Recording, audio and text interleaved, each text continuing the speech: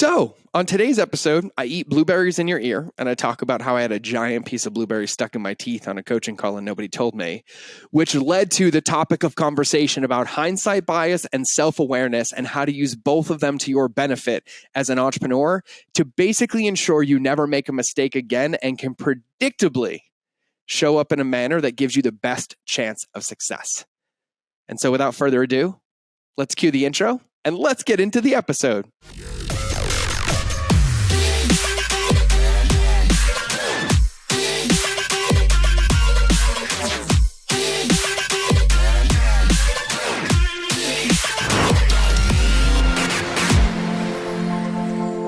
Everybody, welcome back to another episode of the Mind of George Show, where today there might be blueberries stuck in my teeth. I don't know what it is right now, but I just finished a workout and I had a craving for blueberries.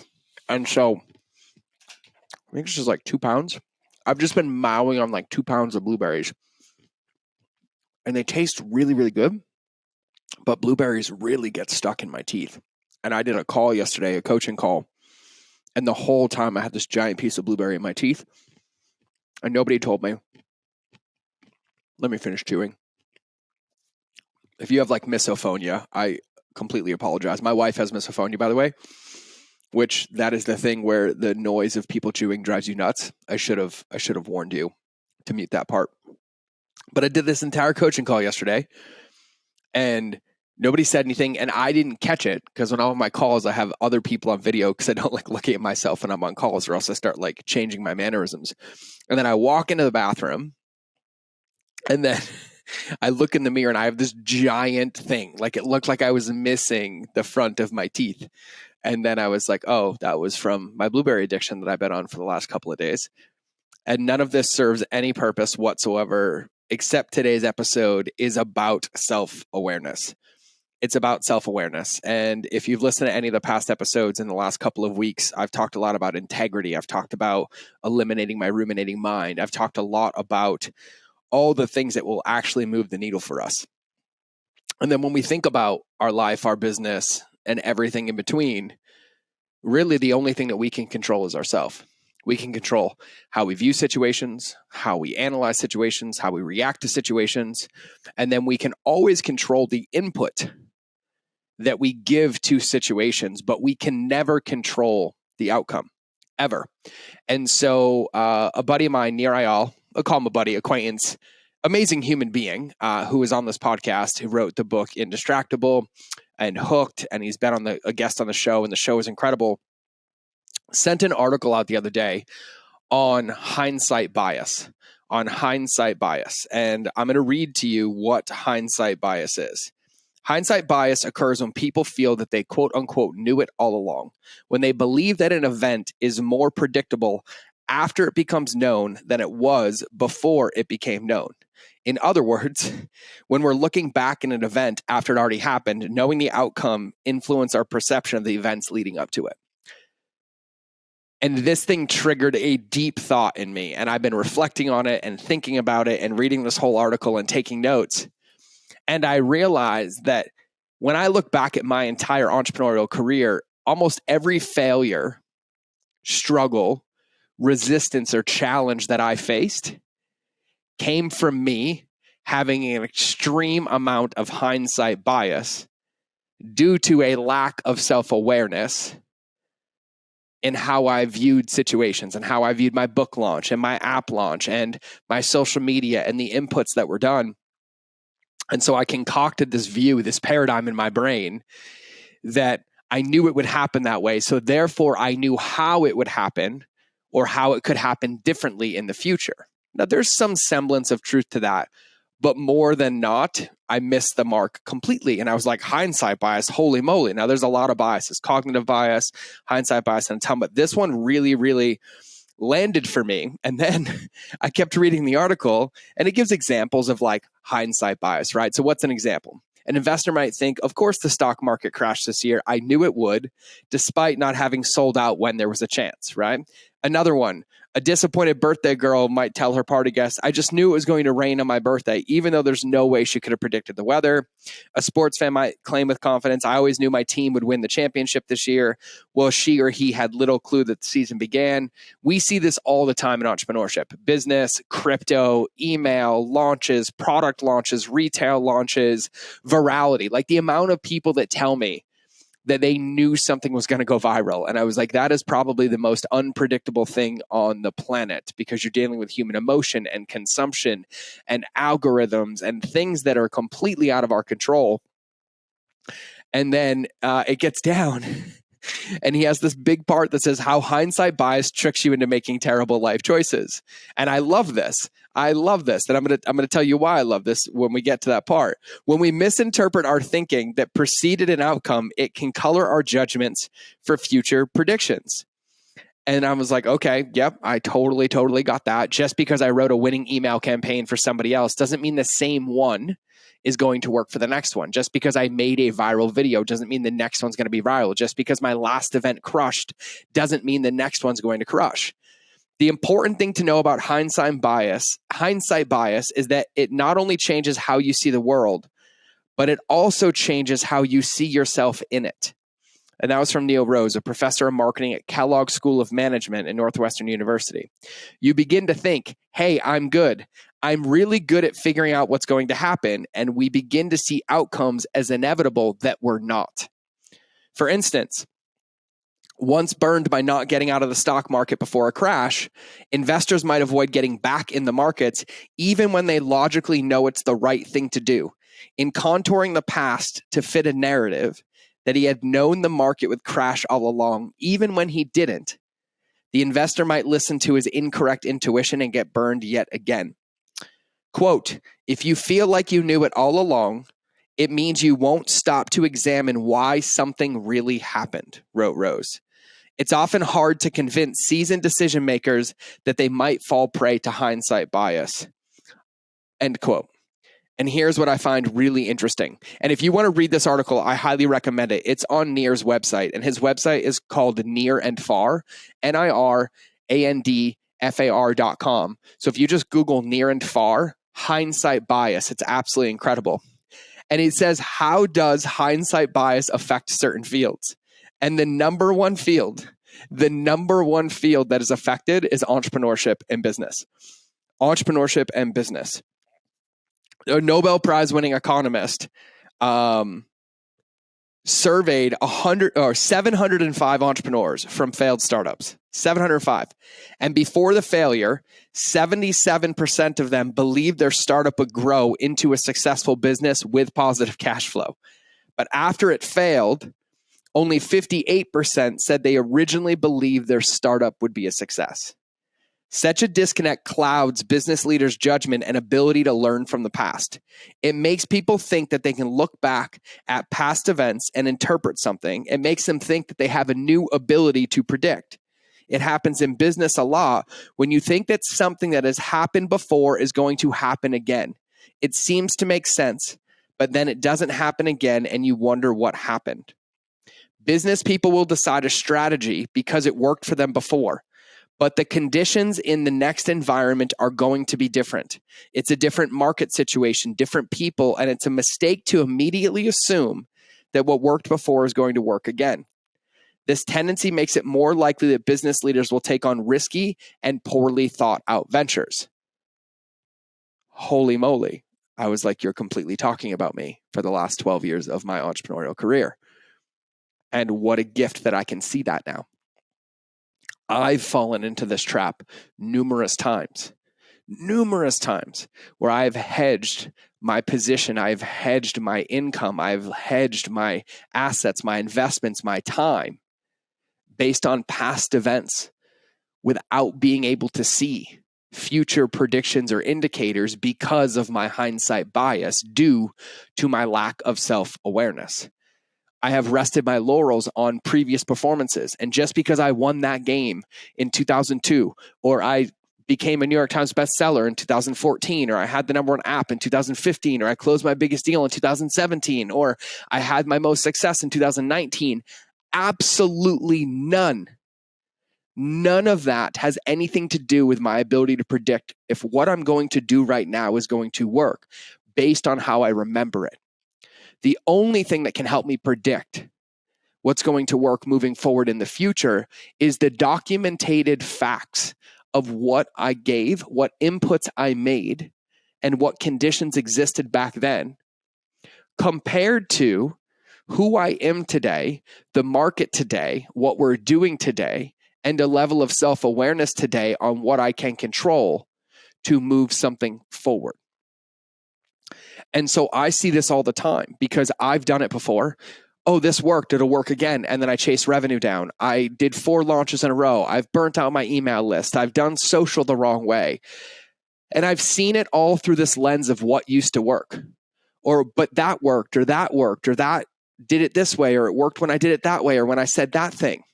But the truth is that even in that space, it's disconnected. It's disconnected from the market today. It's disconnected from my Instagram today. It's disconnected from you listening to this podcast today, because just because that podcast I released with Alex Sharfin and Rob Bailey were our top 2 podcasts, and I have them on again, it doesn't mean that those will take over as the new ones.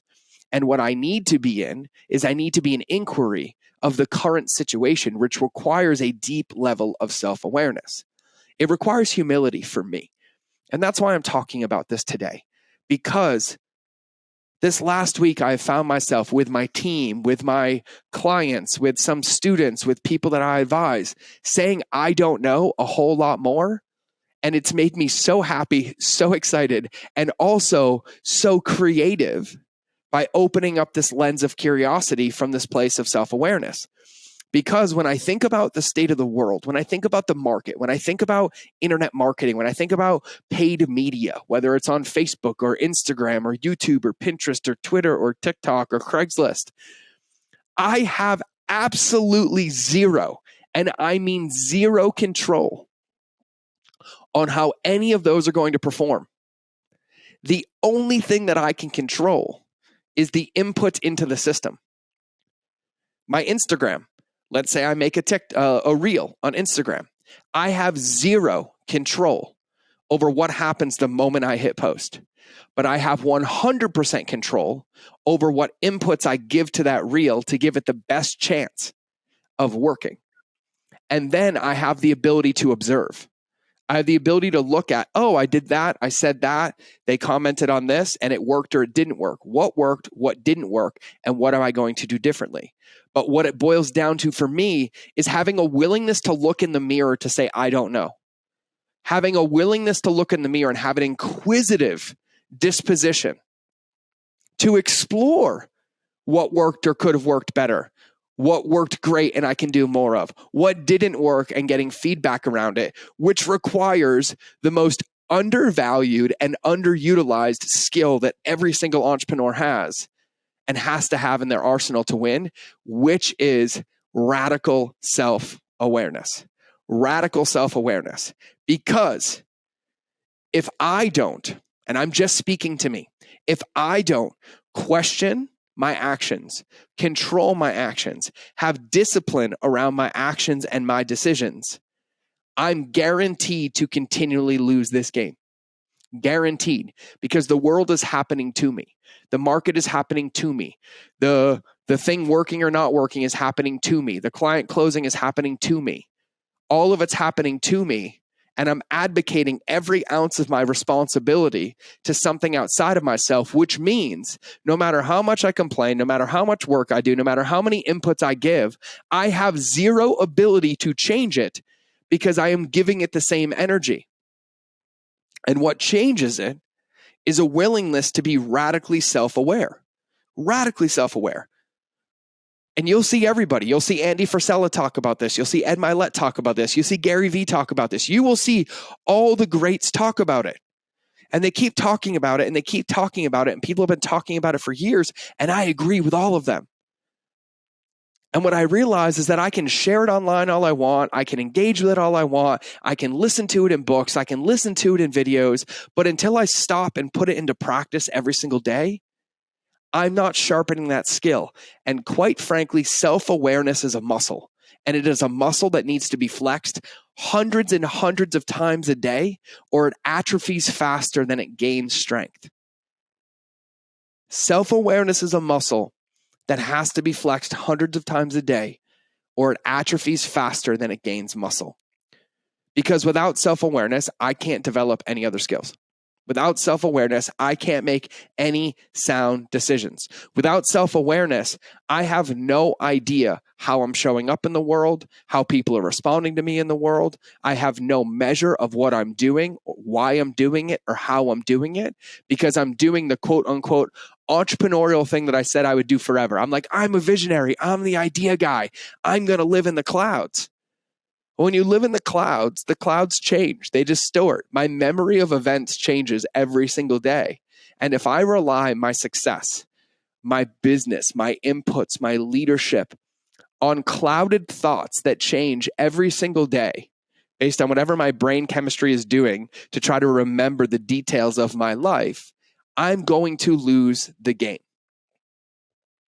My focus needs to be on every action I take, every decision I make, being aware of why I'm doing it, what's underneath it, and then making that decision and being willing to adjust, being willing to modulate, being willing to stop, to change course, and to keep going. Because if I look at this thing, and you've heard me say this before, but after my last trip to the jungle, I am more than aware than ever. And I said, if I look at this game of 0 to 100, I used to say I have 4% of it figured out and 96% to go. I feel like I was saying that just so people like, oh, he's being humble. Look at him. I really have probably less than 1% of this game figured out. And there is so much room for improvement in my daily life, in my daily practice, in my breath practice, in my movement practice, in the integrity of my decisions and how I run business and how I look at my tasks and my procrastination, in my voice, in my words. And I am presented with this massive field of opportunity that's quite fucking exciting for me at this point because I don't know. And I really never knew. But I was using my hindsight bias to say that I did know to avoid being mildly uncomfortable, to learn what I needed to know and what I need to know in every moment to take a new step forward, to take a new step forward, and to take a new step forward. And so this year is the year of honest conversations with myself. Honest, come to Jesus, look in the mirror, have conversations with myself. And that comes down to a massive level of self-awareness. And so I agree with all the greats. In this episode, I agree with Andy and Nir, whose stuff I'm referencing. I agree with everybody who talks about it. I agree with all of it about self-awareness, about this is an internal game, because it truly, truly is. It truly, truly is. All the tools in the world exist. Paid media exists. Social media exists. The ability to create products exists. The ability to sell on Amazon exists. The ability to launch a Shopify store exists. The ability to do market research exists. The ability to build an audience exists. All of that exists already. And the only common denominator is the person who uses those tools. And quite frankly, I've relied way too much on the fucking tools and not enough on the person using them, because I was resting my success on my previous accomplishments because I was afraid to say, I don't know, and I'm a little scared. And now where I am, I'm excited to say, I have no fucking clue what tomorrow brings or what the next day brings, or if this is going to work, or if it's not going to work, or if you're going to listen to this podcast and subscribe, or listen and leave, and listen and call me, listen and not, listen and hire me, listen and implement. I have no fucking clue. But what I do know is that I have loved recording this episode, and that's all that I can control. So when I end this episode in a couple minutes, the moment it's ended, and it's published and I share it, I have no control over what you do with it.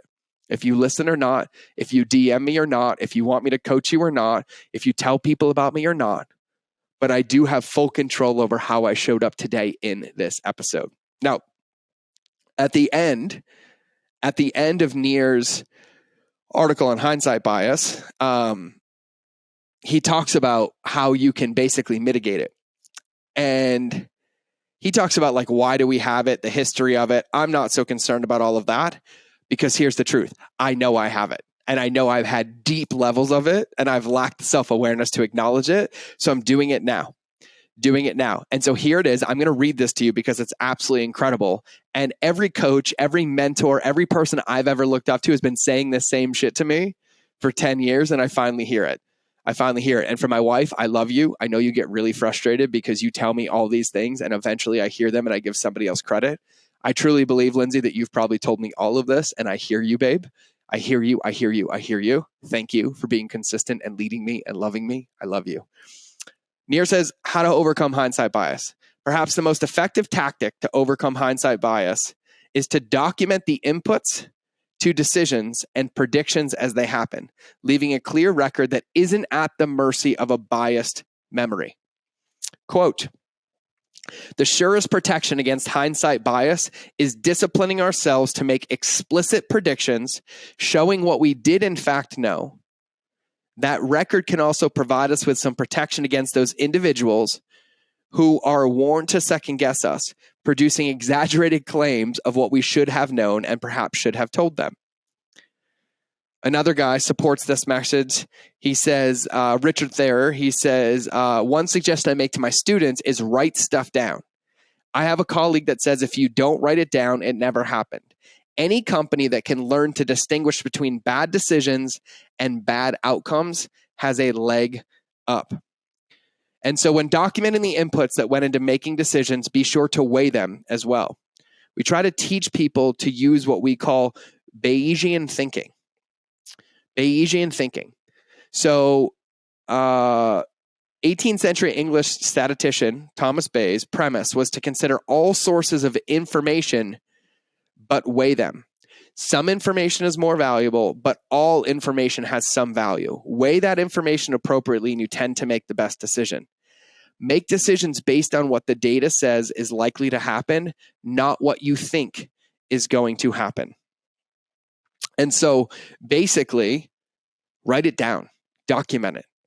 When I look back at my book launch, and I'm going to use this as my only example, I was a 22-week New York Times bestseller, and they said, you'll never make the New York Times. It'll never happen. Our audience wasn't big. Our list wasn't big. And then I'll never forget, I got a phone call on the Tuesday because our book came out on June 10th, and the Times reports Tuesday to Tuesday. On the next Tuesday, got a call. Holy moly, congrats. I don't know how you did it. You hit the New York Times. And I think we were 14th. And they're like, enjoy it while it lasts. You probably won't be on the list the next week. And then the next week, it went from 16th to like 13th. And they're like, I don't know how you're doing this. Then the next week, it went from 13th to 10th. And then the next week, it went from 10th to 8th. And it ended up in 4th position. And the truth is that if I wrote a book now, that probably wouldn't happen. Because I know what I did to make that happen. And it was 9 months of work and it was exhausting. And I don't need the label and I don't care about the label, but I am crystal clear as to why that book was a New York Times bestseller.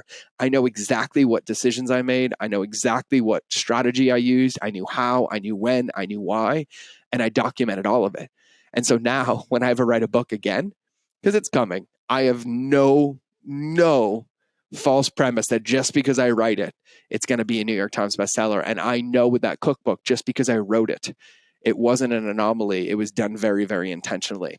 But I can clearly tell you what I did and how much weight it carried because I designed the entire thing like that. And so basically, if you don't have a journaling habit, if you don't have a reflection habit, if you don't have a stillness habit, if you don't have a feedback habit, create one. Ask your team for feedback. Ask yourself, ask your spouse.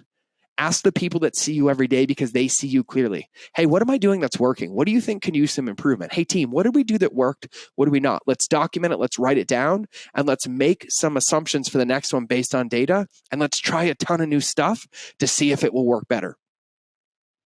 But in summary of today's episode, and I'm going to wrap because I want to go eat more of my blueberries before my next podcast.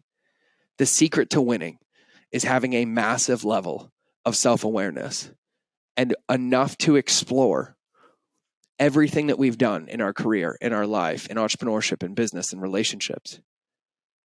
Eliminating the hindsight bias and then making decisions based on data, documenting everything that we do new, and continuing to build the playbook of us so that whatever tool we pick up and use, we know how to effectively use it because we document, train it, and basically build our manual to execute it. And so that's what I got today. That's what I wanted to talk about today. And like I said, I loved this fucking episode. I'm stoked that I did this episode. I feel amazing. What you do with it, I have no clue. If I can help you in any way, shoot me a DM on Instagram. You know, my Instagram is It's George Bryant. I respond to all of them. If you want in the mastermind, shoot me a DM. If I can help you with customer journey, shoot me a DM. If I can coach you and help you in any way, please shoot me a DM. Because there's nothing I can't do. I mean, there's nothing I can do if I don't hear from you. I kind of like rhymed, but I'm not Dr. Seuss. So with all that being said, have an absolutely beautiful day of the week, whatever day it is that you're looking at this, listening to this, or watching this. Remember that relationships will always beat algorithms, and I'll see you in the next episode. I'm going to go eat my blueberries now, but I'm going to wait till I end the podcast because I don't want to hurt your ears. Okay, bye.